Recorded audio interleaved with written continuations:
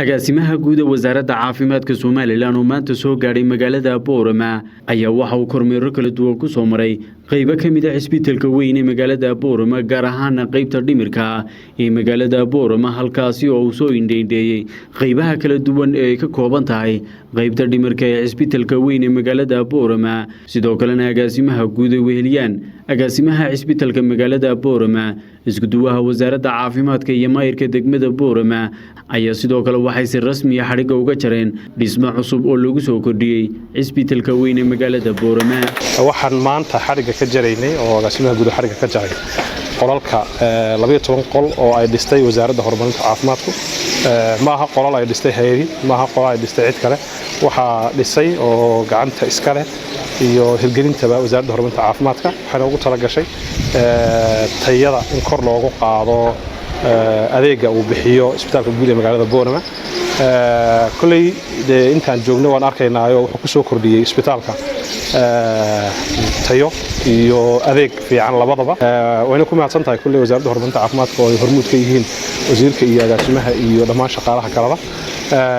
waana soo dhaweynaynaa waxaan leenahay kulay isbitaalku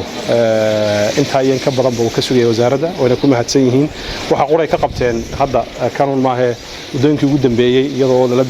tacaalayo xanuunkii safmarka ah ee COVID-19 waxyaabaha ugu badan ay keeneen waxa kamid ah in la helo shaybaarkii lagu baarayay xanuunadaasi oo hadda agteena ka muuqda aynu tagi doono in la keeno mishiinkii dhalinayay oxygen-ta oo isagana baahi badan ay u qabtay bulshadu khaasatan gobolka Awdal iyo isbitaalkuba goobtan aan joognaa sidoo ka dhawaajiyay agaasimaha isbitaalka Boorama waxa weeyaan waa dhakhtarkii weynaa ee gobolka Awdal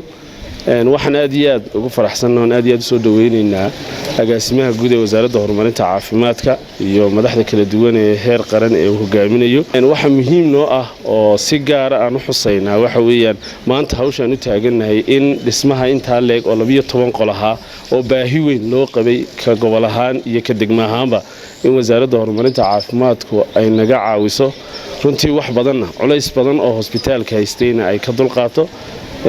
way jiraan caqabado fara badan sida waxaan soo marnay imika qaybtii dhimirka oo iyada laftirkeega baahiyaadkeegu ay aad u badan yihiin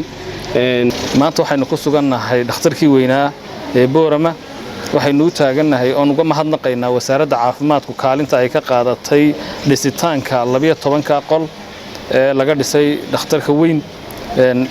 caafimaadku wuxuu ka mid yahay baahiyaha aasaasiga ah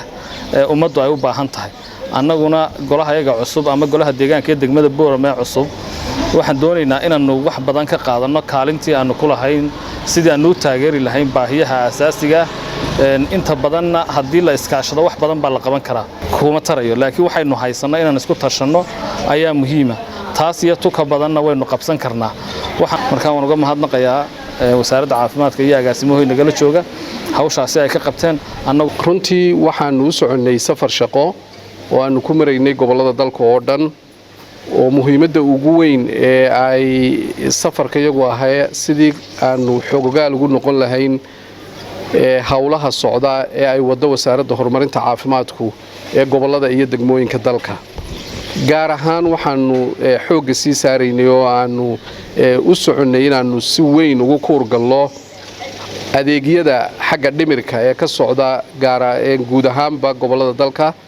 gaar ahaan maanta waxaynu joognaa cusbitaalkii Boorama oo aanu soo marnay qaybta dhimirka oo in muddo ah aad moodaysay inay ahayd qayb adeegeedu ka hooseeya adeegyada kale ee ay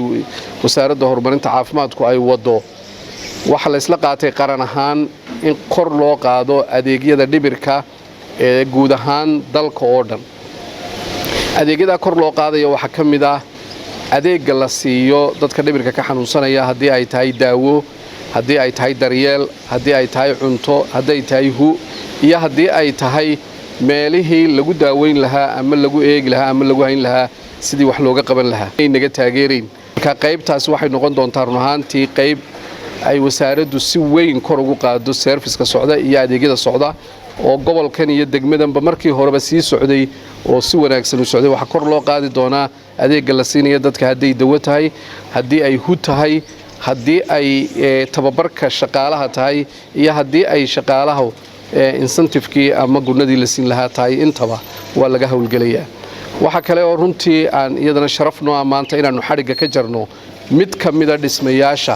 faraha badan ee wasaaradda horumarinta caafimaadku ay fulisay gaar ahaan kan oo ay ka fulisay cusbitaalka weyn ee magaalada Boorama dhismahan oo run ahaantii ah dhisme payment ward ah oo lagu kordhiyay cusbitaalka weyn ee Boorama oo markii hore payment ward lahayn deedna noqday meel ay runtii cusbitaalku baahi weyn u qabay deedna aanu xariga ka jarno oo aynu ogaanay iyadana in aanay haydinay noo dhisine laga dhisay qasnada dawladda iyo kharashka yar ee ay bixiyaan cashuur bixiyayaasha